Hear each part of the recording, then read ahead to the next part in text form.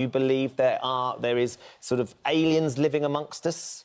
It's quite possible that life has been seeded from one place to another, either by accident, by, for example, asteroids bringing organic material here, or on purpose. Now, the second one's interesting because it is theoretically possible that we were seeded here by a higher intelligence. Is this credible science, Dr. Martin? So Lember's got two sides on that, and the first one actually is a credible hypothesis that is being investigated. So this idea that the material for life, or even some of the very proto-life from Earth, came from space, perhaps deposited by comets. But it is something that we're looking into. Now, taking the leap to then saying it was done on purpose is a leap too far, I think. There is no evidence for that. We don't even have credible evidence yet that this idea that life did come from space. And I will say, I would like to believe that aliens do exist somewhere in the universe. I think it'd be fantastic. You're open to the idea of it if something... Oh, of course. I mean, and Lembit was right in saying that the universe is very old.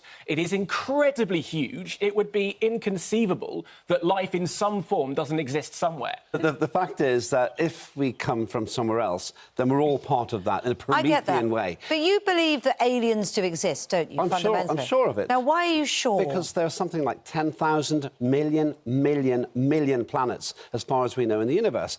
Now, to believe that Earth is the only place that life began is just not credible. And do you think they've ever tried to come here? Well, they may have done, but seriously, if they have, they've got the intelligence and the ability to hide.